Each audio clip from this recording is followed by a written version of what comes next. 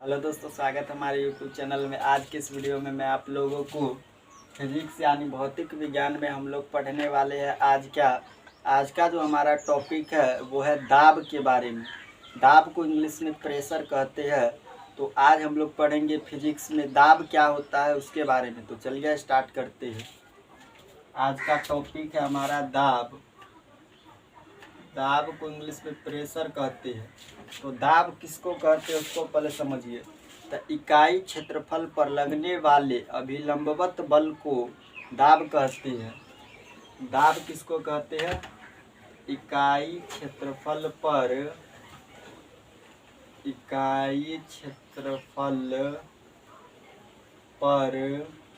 लगने वाले इकाई क्षेत्रफल पर लगने वाले अभिलंबवत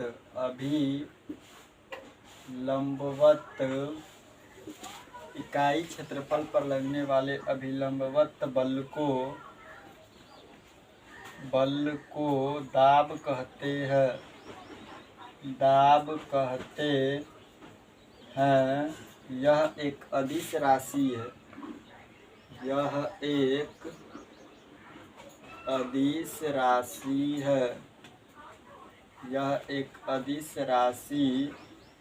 है। अब समझिए दाब किसको कहते हैं। दाब मतलब होता है प्रेशर। दाब क्या होता है? तो इकाई क्षेत्रफल पर, इकाई का मतलब होता है एक, तो इकाई क्षेत्रफल पर लगने वाले अभिलंबवत बल को, जो अभिलंबवत बल लगता है इकाई क्षेत्रफल पर, तो इकाई क्षेत्रफल पर लगने वाले अभिलंबवत बल को क्या कहते हैं कि दाब कहते हैं। और दाब क्या है? तो दाब एक अदिश राशि है। दाब क्या है? एक अदिश राशि है। और दाब का जो एसआई मात्रक होता है,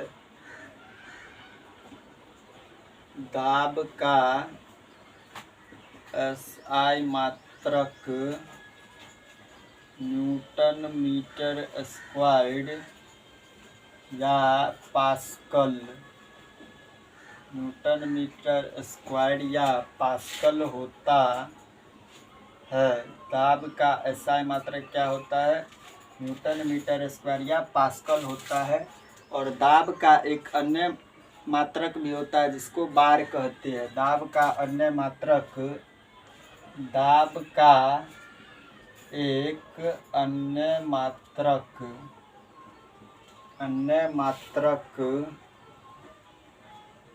भी होता है। दाब का एक अन्य मात्रक भी होता है जिसे बार कहते हैं।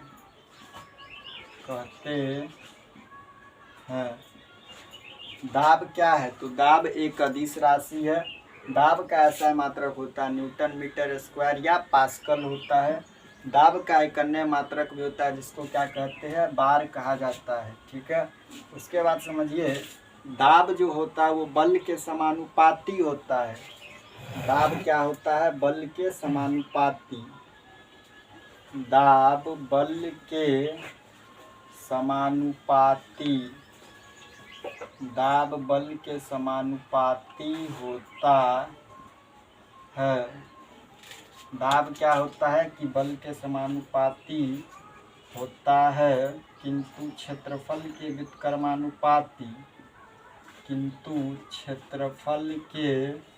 व्युत्क्रमानुपाती,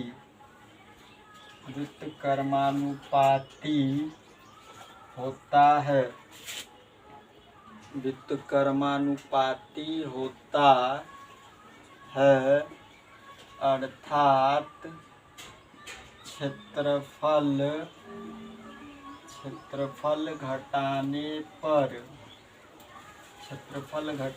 पर दाब बढ़ जाता है। अर्थात क्षेत्रफल घटाने पर दाब बढ़ जाता है। इसी कारण काटी का जो नोक होता है उसको क्या बनाया जाता है कि नुकीला बनाया जाता है। इसी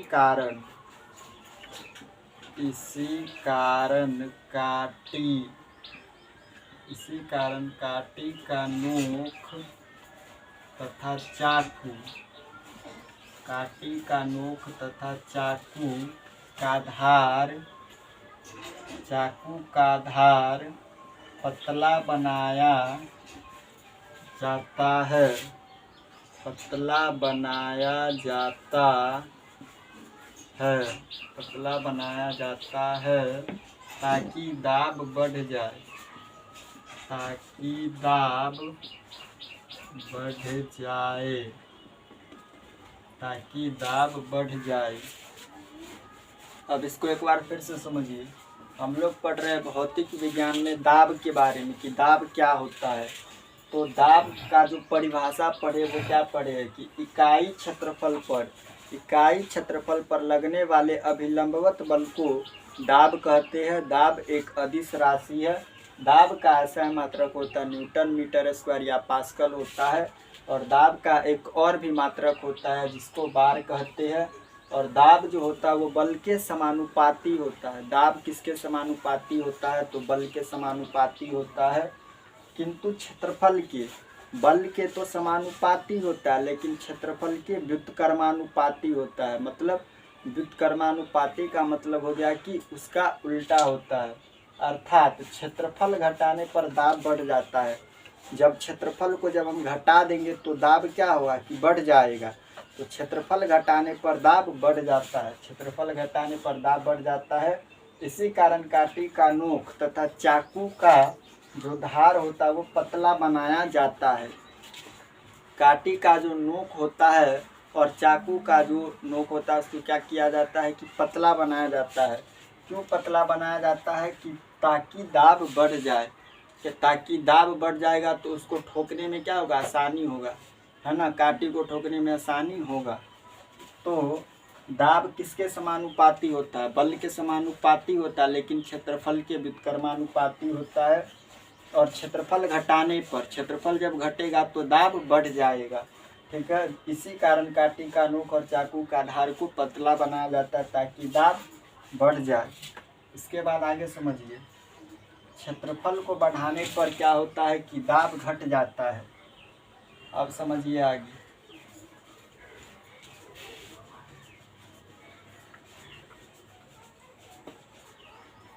क्षेत्रफल को बढ़ाने पर दाब घट जाता है। क्षेत्रफल को बढ़ाने पर दाब घट जाता है।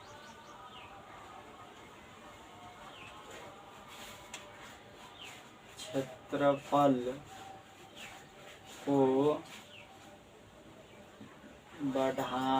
पर दाब घट जाता है। क्षेत्रफल को बढ़ाने पर क्या होता है? जब क्षेत्रफल को बढ़ाएंगे तो दाब घट जाता है। क्षेत्रफल को बढ़ाने पर दाब घट जाता है। इसी कारण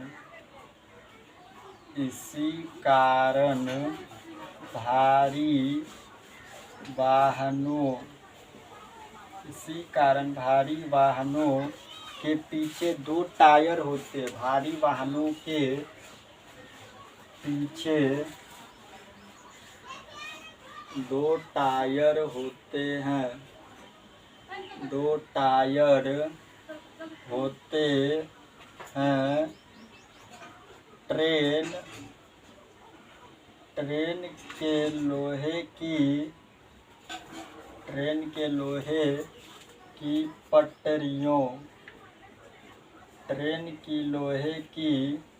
पटरियों के नीचे सीमेंट की पटरी बिछा दी जाती है। सीमेंट की पटरी बिछा दी जाती है। सीमेंट की पटरी बिछा दी जाती है। पटरी बिछा दी जाती है। अब इस बात को समझिए कि क्षेत्रफल जब हम बढ़ाते हैं तो दाब घटता है। क्षेत्रफल बढ़ाने पर दाब घटता है और क्षेत्रफल घटाने पर दाब क्या होता है कि क्षेत्रफल घटाने पर दाब घटता है और क्षेत्रफल बढ़ाने पर दाब बढ़ता है, ठीक है। तो जब हम क्षेत्रफल को बढ़ा देंगे तो क्षेत्रफल जब बढ़ाएंगे तो दाब क्या हो जाएगा कि घट जाएगा।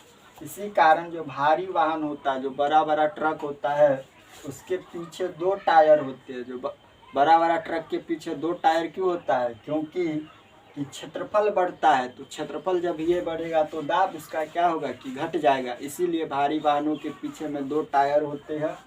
ट्रेन के लोहे की पटरियों के नीचे सीमेंट की पटरी बिछा दी जाती है।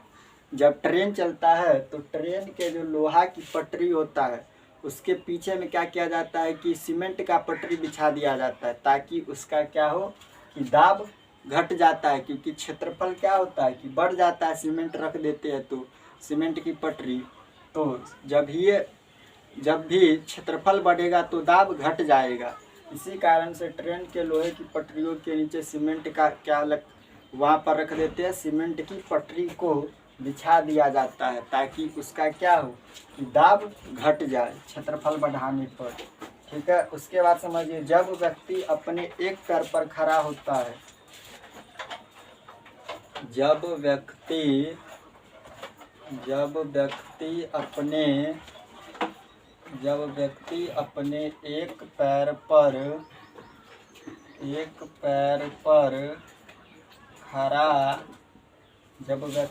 अपने एक पैर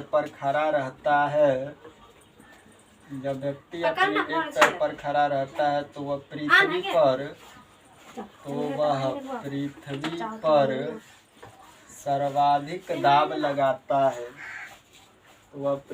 पर सर्वाधिक दाब लगाता है। अब समझिए कि अगर कोई व्यक्ति है, जब कोई व्यक्ति अपने एक पैर पर खड़ा रहता है, मानकर चलिए कोई व्यक्ति है और वह अपने एक पैर पर खड़ा रहता है, तो वह क्या करता है कि पृथ्वी पर सर्वाधिक दाब लगाता है। दाब का मतलब होगा कि प्रेशर लगाता है। मानकर चलिए कि कोई व्यक्ति है और वह अपने एक पैर पर खड़ा है और एक पैर को उठा लिया, तो वह पृथ्वी पर सर्वाधिक दाब लगाएगा, यानी प्रेशर लगाएगा। ठीक है, इसके बाद समझिए वायुमंडलीय दाब क्या होता है। वायुमंडलीय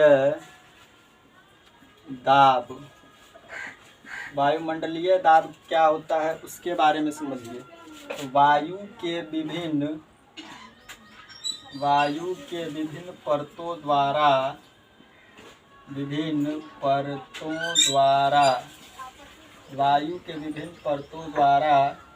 लगाए जाने वाले दाब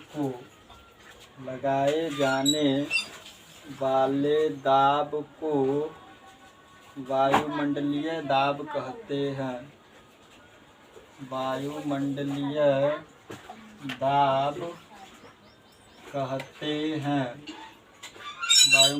दाब कहते हैं।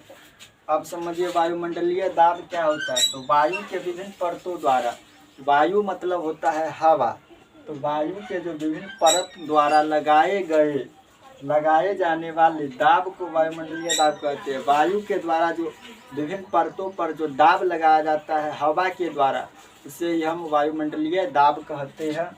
और ऊंचाई बढ़ने पर वायु की परत क्या होती है, घट जाती है। ऊंचाई बढ़ने पर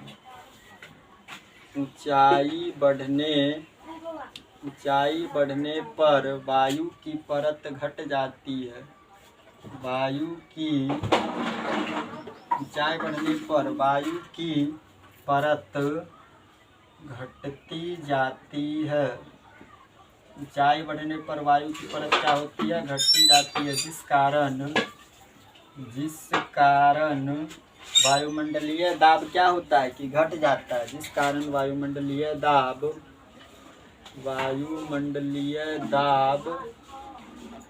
घट जाता है। अब इसको समझिए कि इसमें क्या कह रहा है कि वायुमंडलीय दाब क्या होता है। तो जो वायु होता है, मतलब जो हवा होता है, तो हवा की परतों द्वारा लगाए जाने वाले दाब, मतलब जो वायु के द्वारा जो परतों पर दाब लगाया जाता है उसे वायुमंडलीय दाब कहते हैं। और ऊंचाई बढ़ने पर वायु की परत क्या होती है कि घटती जाती है।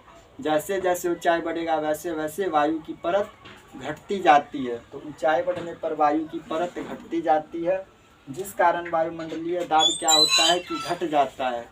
ऊंचाई बढ़ने पर क्या होती है, वायु की परत, जो वायु होता है उसकी जो लेयर होता है वो घटता जाता है, जिस कारण वायुमंडलीय दाब भी घट जाता है। और इसमें क्या कह रहा है कि क्षेत्रफल को बढ़ाने पर, जब हम क्षेत्रफल को बढ़ाते हैं तो दाब घट जाता है। इसी कारण भारी वाहनों के पीछे 2 टायर लगे होते हैं, जो बड़े बड़े ट्रक होते हैं उसके पीछे 2 टायर क्यों लगाए जाते हैं, ताकि उसका दाब घट जाए। क्योंकि ट्रक का जो क्षेत्रफल होता है वो बड़ा होता है, तो उसका दाब को घटाने के लिए उसके पीछे 2 टायर लगा दिए जाते हैं। और उसके बाद है ट्रेन के लोहे की पटरियों, ट्रेन जो चलता है तो उसका जो लोहे की पटरियाँ होती है वहाँ पर सीमेंट की पटरी बिछा दी जाती है। सीमेंट की पटरी क्यों बिछाई जाती है, ताकि उसका जो क्या हो कि दाब जो हो वो घट जाए। जो ट्रेन होता है उसका क्षेत्रफल तो बड़ा होता है, तो वहाँ पर सीमेंट की पटरी बिछा दिया जाता है ताकि उसका क्या हो कि दाब घट जाए। क्षेत्रफल बढ़ाने पर दाब घट जाता है। और जब व्यक्ति अपने एक पैर पर खड़ा रहता है तो वह सर्वाधिक बल लगाता है किस पर, पृथ्वी पर। कोई व्यक्ति अपने एक पैर पर खड़ा रहेगा तो पृथ्वी पर सर्वाधिक बल लगाएगा खड़ा होने के लिए।